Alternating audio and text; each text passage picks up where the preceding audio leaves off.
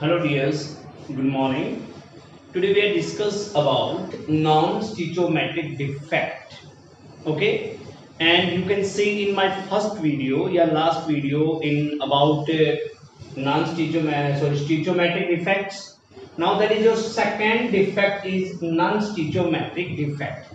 हम बात करते कि होता क्या है जब एक कंपाउंड की बात करते हैं कि there are many compound in which the ratio of positive charge and negative charge is differ. वो क्या होता है, अलग होता है हमारे पास। प्रेजेंट इन कंपाउंड क्या होता है, डिफर होता है from the required by the ideal formula of the compound that is non as stoichiometric non stoichiometric compound.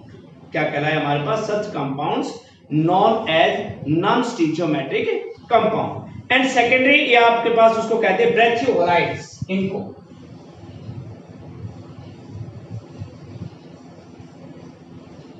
ब्रैथियोलाइट्स compounds या आपके पास क्या कहला है, ब्रैथियोलाइट्स कंपाउंड। क्या कहा मैंने आपसे कि भाई कि मैंने आपके पास कंपाउंड है, there are many compounds in which the ratio of positive charge and negative charge of the compound is differ by required of its chemical formula। हमारे पास by required its ideal chemical formula of the compound, and this type of compound are known as non-stoichiometric compound and these are also called ब्रैथियोलाइट्स compounds। क्या कह रहा है, ब्रैथियोलाइट्स compound। अब एक बात ये भी कहते हैं कि भाई हमारे पास दिस कंपाउंड कंपोजिशन में, इनका जो कंपाउंड का जो कंपोजिशन होता है में वेरी, ये वाइड रेंज तक, हमारे एक लंबी रेंज तक जाता है। फॉर एग्जांपल हमने लिया VO और X, जो X बिलोंग कर रहा है हमारे पास 0.6 टू 1.3 वाइड रेंज तक, ठीक है। इसी प्रकार हमारे पास आयरन ले लिया हमने FeO में, Fe ये आयरन जो लाइंस कर रहा है 0.93 O2 Fe 0.95 O, ठीक है। दोनों देखे आपके पास, दोनों बहुत सारे डिफरेंट, दोनों क्या अलग अलग हमारे पास, ठीक है। और इन दिस कंपाउंड कहते हैं जो बैलेंस करते हैं पॉजिटिव और नेगेटिव चार्ज को, हम किससे करते हैं, बाय एक्स्ट्रा इलेक्ट्रॉन या एक्स्ट्रा पॉजिटिव चार्ज से, मेटल आयंस, ठीक है। And based on this it means they can disturb the stoichiometric arrangement. Stoichiometric arrangement को डिस्टर्ब कर देते हैं, और दिस डिस्टर्बेंस के कारण this defect is non as non stoichiometric defect. और क्या कह रहा है हमारे पास, नॉन स्टिचियोमेट्रिक डिफेक्ट, ठीक है। And due to based presence of excess metal ion या excess non metal ion that may be two types. आपके पास कितने टाइप्स का है, वो दो टाइप्स का। चलो उसके बारे में डिस्कस करते हैं। First is metal excess defect due to anion vacancies, due to anion vacancies। Second is metal deficiency defect due to cation vacancy।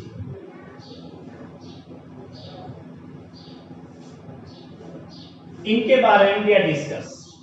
Metal excess defect due to anion vacancies, कि इसके अंदर एक रेगुलर अरेंजमेंट है ions का, उसमें से एक negative ions का अपनी जगह से हट जाना और वहां पर एक होल का क्रिएट होना, खाली होल का क्रिएट होना, और उस होल को किसी भी इलेक्ट्रॉन के द्वारा भर देना, ठीक है। कौन सा electron, which are present in interstitial site and to maintain electrical neutrality। This type of defect known as metal excess defect due to anions। Clear हुआ कि आपके पास क्या कहा कि एक रेगुलर अरेंजमेंट है पॉजिटिव, एक स्टिचियोमेट्रिक अरेंजमेंट है हमारे पास,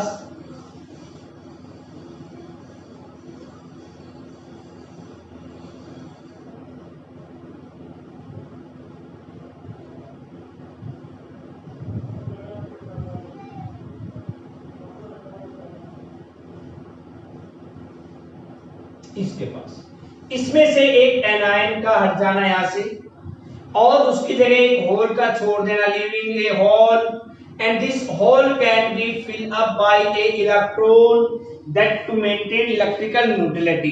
ठीक है, that is your metal excess defect due to anion vacancies. किसके कारण कहला है हमारे पास डेटर ड्यू टू एनायन वैकेंसी।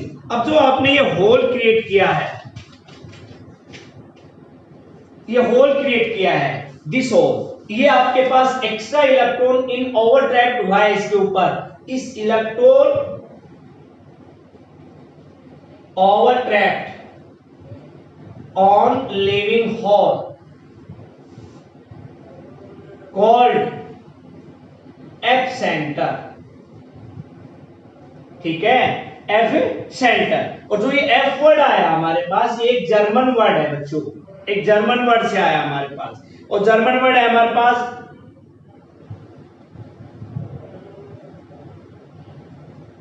फ्रेबिजेंडर्स, फ्रेबिजेंडर्स हमारे पास इस वर्ड से। इसका मतलब होता है, फ्रेबिजेंडर्स का मतलब होता है हमारे पास कलर सेंटर। क्या मीनिंग होता है इसका? Colour centre. वैसे आपका मीनिंग होता है फैब्रिक, और फैब्रिक होता है आपके पास कलर। ओके, ये हुआ आपके पास 30। फॉर एग्जांपल हमने लिया sodium, excess of sodium chloride, वो आपके पास येलोइश कलर देता है। एक्सेस ऑफ पोटेशियम क्लोराइड, वो आपके पास वायलेट कलर देता है। एक्सेस ऑफ लिथियम क्लोराइड, वो आपके पास पिंक कलर देता है। ठीक है, एक्सेट्रा हमारे पास है। तो आपके पास सॉलिड कंटेनिंग जो हमारे पास होते हैं एफ सेंटर्स आर पैरामैग्नेटिक। क्या होते हैं वो? पैरामैग्नेटिक। भाई पैरामैग्नेटिक के सब्सटेंस क्या होते हैं? दो substance which contain any extra lone pair of valence electron in their outermost shell, these are paramagnetic. That is clear? Metal access defect due to anion vacancies. अब कह रहे हैं कि दिस डिफेक्ट आपके पास क्या है कि भाई इस डिफेक्ट को हम क्या कह सकते हैं? दूसरा इसका टाइप, इसी का टाइप कि भाई metal excess defect due to interstitial cation. Second इसी का टाइप, सेकंड पार्ट इसका तो ए हो गया, B part metal excess defect due to interstitial defect या साइड्स पे हमारे पास। अब मैं इसी को कर देता हूं मेरे पास इंटरस्टिशियल साइड। भाई इंटरस्टिशियल साइड्स क्या हो गई? ये लीजिए, मैंने इसी को कर देता हूं, इसी में देख लेते हैं स्ट्रक्चर में। इसमें क्या होगा भाई? Extra positive charge are present in interstitial side and to maintain to balance it any extra electron which are also present in interstitial site and this type of defect arises from कहां? in Frankel defect। इसको show करते हैं हमारे पास, Frankel defect को show करते हैं। और आपके पास फॉर एग्जांपल इनमें हमारे पास कहते हैं कि ZNO ले लिया, तो ZNO को जब आप हीट करते हो जिंक ऑक्साइड को, तो बच्चों उसमें से क्या होता है? वो लूज करता है किसको? ऑक्सीजन को। और उसका फार्मूला क्या आ जाता है हमारे पास? Zn1+xO। जब ZNO को आपने हीट किया तो वो आपके पास ऑक्सीजन को लूज कर देता है, तो उसका फार्मूला आ जाता है 1+xO, Zn1+xO। जहां पे हमारे पास x क्या कह रहा है? वेरीज कर रहा है, वाइड रेंज कर रहा है, हमारे पास कितना भी हो सकता है। फॉर एग्जांपल मैंने आपको पहले बताया था नॉन स्टिचोमेट्रिक में कि आयरन का लिया था और वेनेडियम का लिया था। That is clear? That is your first point is clear, metal excess defect due to anion vacancies. ठीक है, second is your metal deficiency defect due to cation defect vacancies. बेटा ये डेफिशिएंसी आ गई। डेफिशिएंसी की मतलब यहां हमारे पास क्या है? कमी है, कि मेटल की क्या हो जाएगी? कमी हो जाएगी हमारे पास। ठीक है, हमने वही रेगुलर हमारे पास अरेंजमेंट पढ़ा है, negative positive negative positive negative.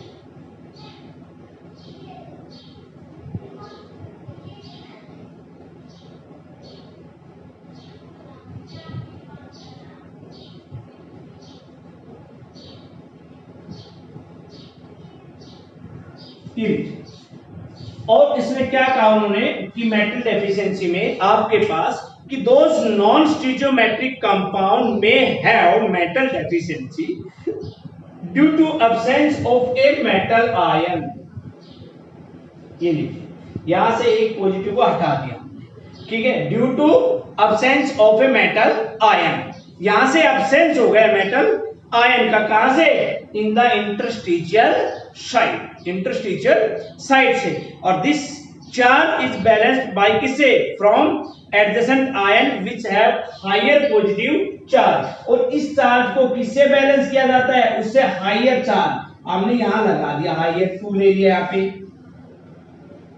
ये लीजिए, बैलेंस कर दिया इसको, ठीक है। This type of defect is known as metal deficiency defect due to cation defect. And this type of defect will be arises in transition elements. किसमें होते हैं हमारे पास? ये ट्रांजिशन एलिमेंट्स में होते हैं। अब आपके पास फॉर एग्जांपल हमने लिया क्यूप्रस ऑक्साइड Cu2O।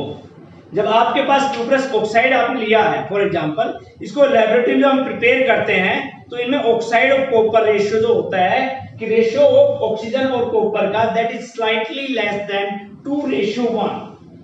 इससे थोड़ा कम हो जाता है 2:1 से, क्योंकि देखिए 2 का रेशियो तो कॉपर है 2, एक रेशियो है 1 ऑक्सीजन का, कम हो जाता है। तो this is due to reason किसके कारण?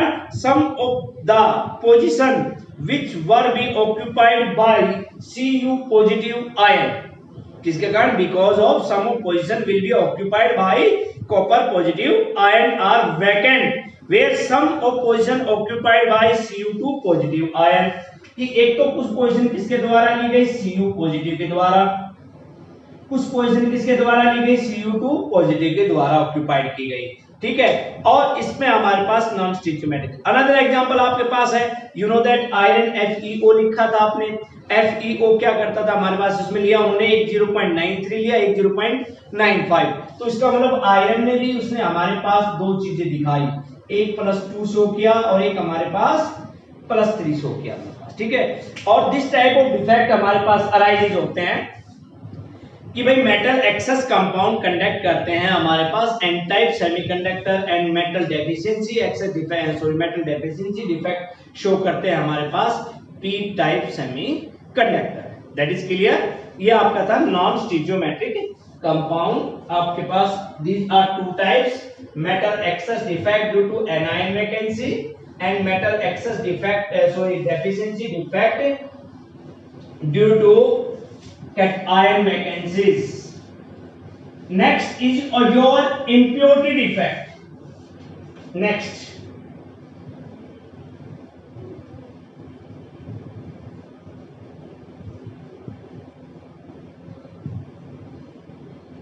impurity defect। अब भाई ये impurity क्या है? कोई भी एक हमारे पास रेगुलर अरेंजमेंट है, उसके अंदर impurities आयन को जोड़ देना।